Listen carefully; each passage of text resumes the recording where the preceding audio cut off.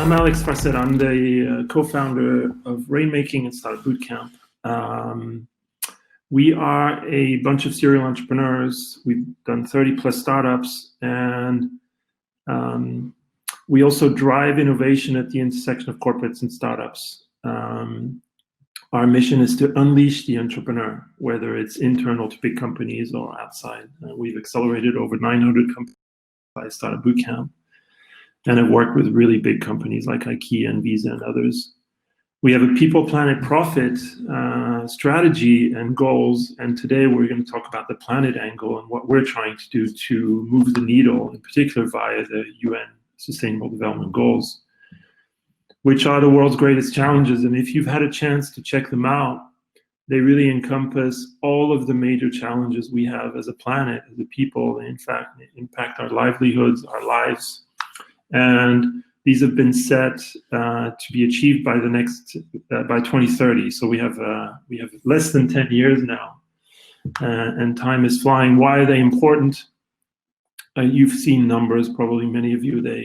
On the corporate side, it's both for all of us, $1 trillion problem, but also $1 trillion opportunity. There are hundreds of millions of jobs at stake. There is massive money coming in. 5 years ago, big institutional investors had to divest and do no harm.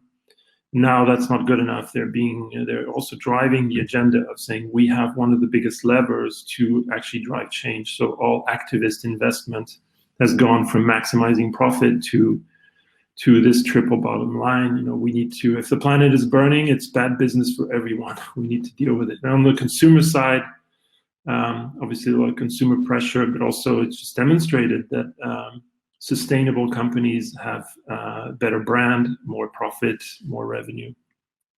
So how do we solve? Well, the answer is innovation. Obviously the status quo doesn't get us there. And we've been part of the 10-year evolution of the toolbox, if you will, where in 2010, we launched one of the first accelerators in Europe, Startup Bootcamp, on the heels of Techstars and YC on the US.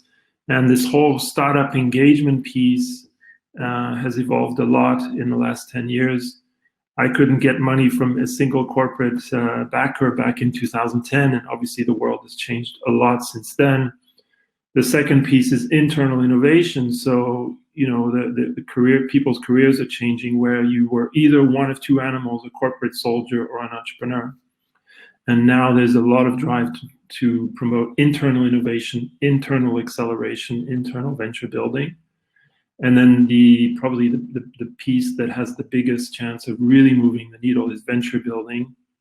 And so that is launching new companies backed by corporates with some unique asset that can really move the needle. So the question is, how do we bring this innovation toolbox that's been built over the last 10 years and more to this agenda? And the fact is, historically at least, CSR and sustainability departments have done a lot of good work on raising awareness, managing risk, reporting, etc., but they haven't had an innovation agenda. And so our mission, as we see it, at least the lever we think we can push, is to bring the core business innovation, so that people we've been working with to this agenda, and essentially make a business case for sustainable and impactful innovation. What we've seen, we've done an extensive survey of how it works today in companies, and it's a bit all over the place.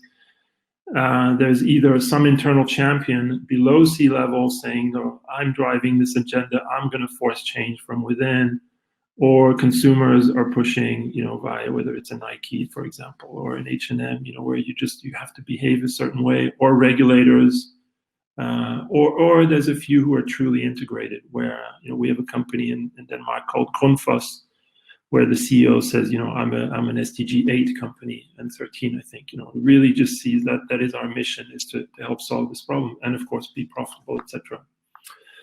So the way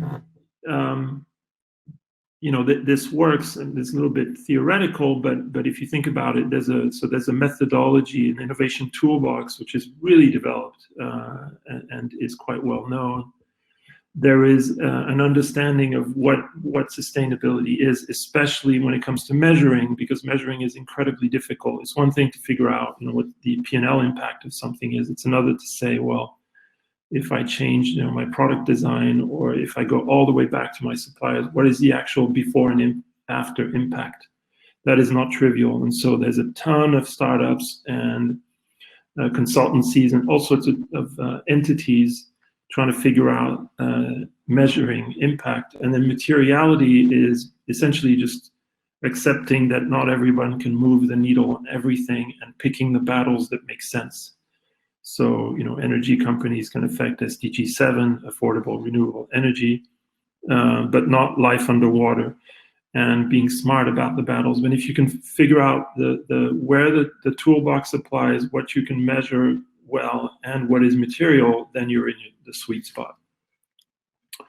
Let's see, I should open the chat window on the side for myself so I can see if there are questions. Okay, Jason, thank you for the message. I can go a little bit over on the 15 minutes. So we've seen, just to what's happened in the last 5-10 years is there's been a lot of execution when it comes to innovation. So obviously a ton of accelerators, lots and lots of internal innovation program, more and more venture building. And you can see that by just, somebody published recently an open source list of venture studios, and it's just exploding. So the demand is there. So that's the toolbox, if you will, and there are others like M&A and CVC.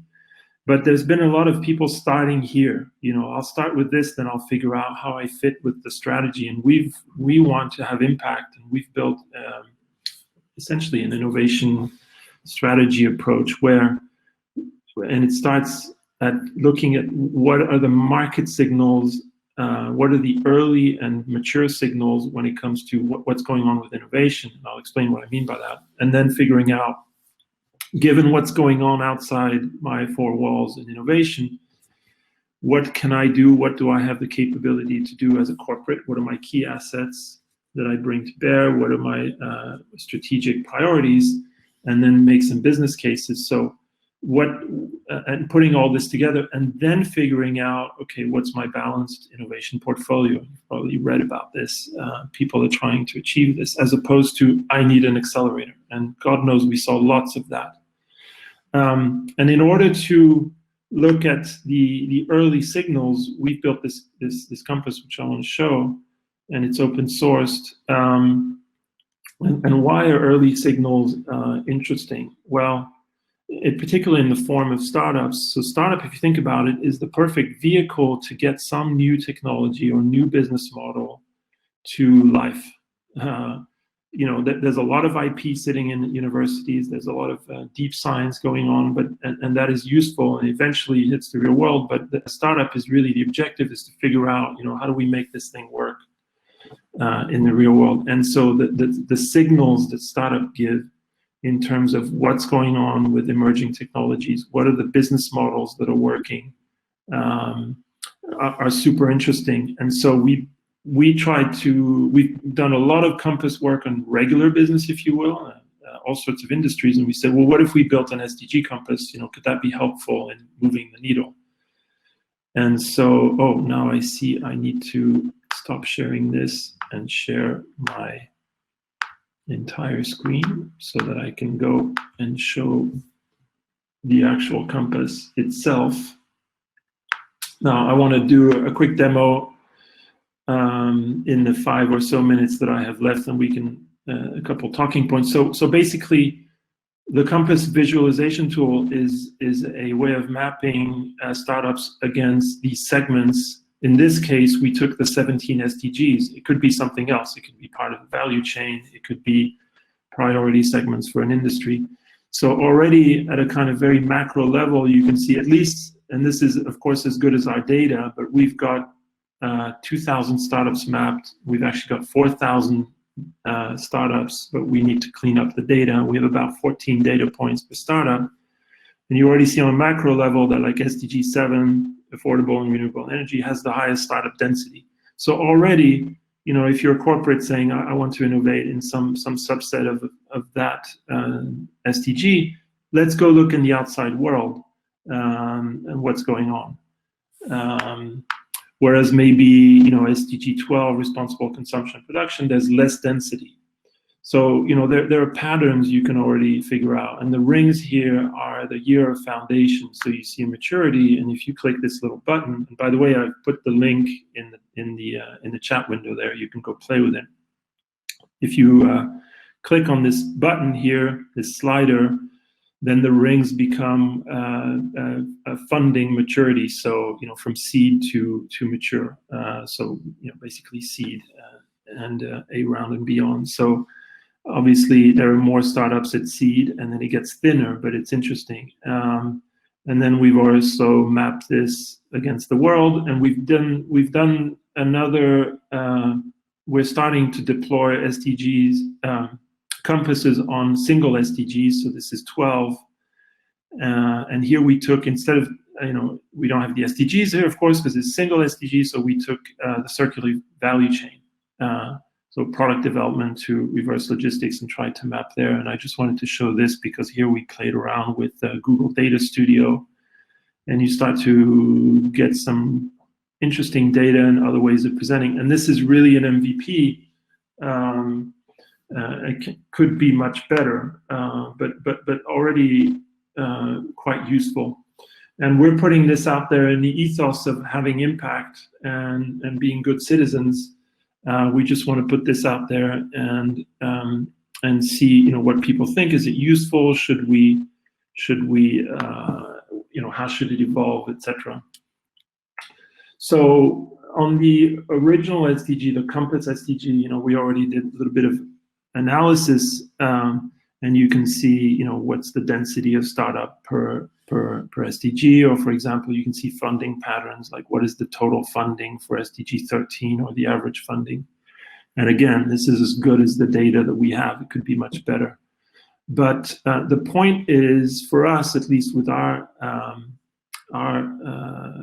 toolbox, is to say to corporates, look, there is an incredible amount of innovation going on that is impactful, that falls within one or more SDGs. Go and look at the outside world and engage with it, or figure out whether you should build your own thing. So I see a question here from Maria. How do we choose the startups? So we basically, we started with our own research. There are some databases of impact startups. Basically, it's a human being deciding, okay, this startup probably has an impact on SDG X. So it's a little bit arbitrary. And some startups have, of course, multiple SDG impact, and we just make a call and say, we think it has more impact on SDG 12. This could be automated. You can imagine AI getting into this. But for now, it's a human judgment. Let's see. So just in the last minute, and maybe I can take more questions, is, again, we've put this out for you to play with, and how should it evolve? Like, what is your input on what should this look like? What should be the next layers of data that we add to this? What's the biggest barrier to impact innovation? We're trying to figure that out, right? So is it simply that corporates don't know that actually there is all this innovation going on, and we need more transparency, more visibility? And then those of you who have ideas on this stuff and who we should speak to, our mission is we already have 50% of the projects we do are impactful. We want this to be 75 and soon 100. We're on a learning curve, to be humble. So Neda says the biggest barriers are the risks. Well, what do you mean by risks? Maybe you can expand on that. Financial. Yeah, so I wish we could have a dialogue, but for sure there's a perceived trade-off, and there is in many cases a trade-off between it's more expensive to be sustainable on my supply chain, for example, than not, versus the long-term impact. There is great evidence, both on public stock markets and others, where what are called sustainability leaders, so companies that are perceived as being good, sustainable actors, by investors, by employees, by regulators, by consumers, actually perform better. From a stock price, for profitability, etc. And why? Because in general, they're better managed. They're more innovative. They're better at handling regulators. They have better brand value towards consumers. They're just better citizens, if you will, and therefore they're better run, and they're more profitable. So just focusing on P&L isn't good enough anymore. You have to take on these topics. Okay, I'm 2 minutes overdue. Thank you, Jason, for having me. This is very quick. Oh, I should show one more slide. I think I have my email somewhere. Here you go, af@rainmaking.io. I'll put it in here as well. Reach out, interested in talking to peers who are doing similar things or other ideas on the compass on moving the needle on SDGs. That's it. Thank you for your time. Have a good weekend, everybody.